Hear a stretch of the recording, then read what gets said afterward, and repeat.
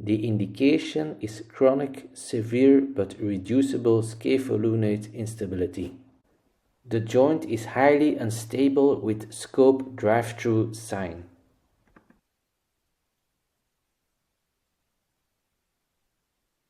The volar intrinsic and extrinsic ligaments are highly loosened or torn.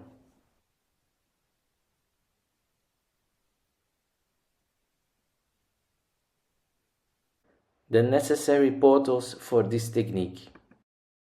A needle penetrates the ulnar remnants. The first wire is lassoed and the needle is reinserted to penetrate the radial remnants. A second wire is lassoed.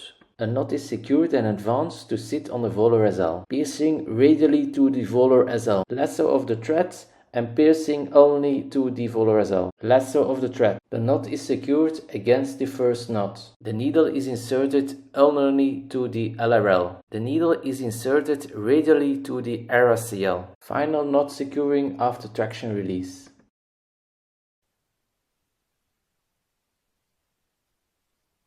After adding a dorsal capsuligamentous ligature, restored stability can be reassessed.